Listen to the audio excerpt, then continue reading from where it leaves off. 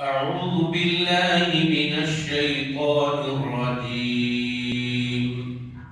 بسم الله الرحمن الرحيم.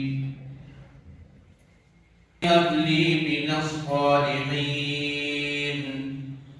فبشرناه بغلام حليم. فلما بلغ معه السعي قال يا بني إني أرى في المنام أني أذبحك فانظر ماذا ترى. قال يا أبت افعل ما تؤمر ستجدني إن شاء الله من الصابرين.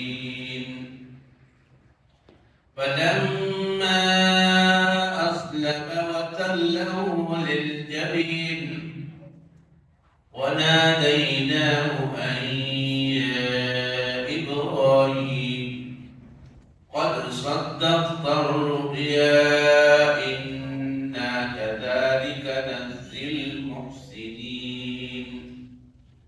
إن هذا لهو البلاء المبين وفديناه بذبح عظيم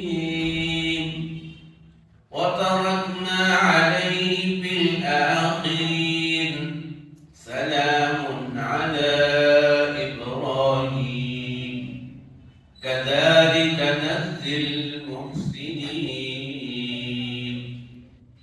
إنه من عبادنا المؤمنين وبشرناه بإسحاق نبيا من الصالحين وباركنا عليه وعلى إسحاق ومن ذريتهما محسن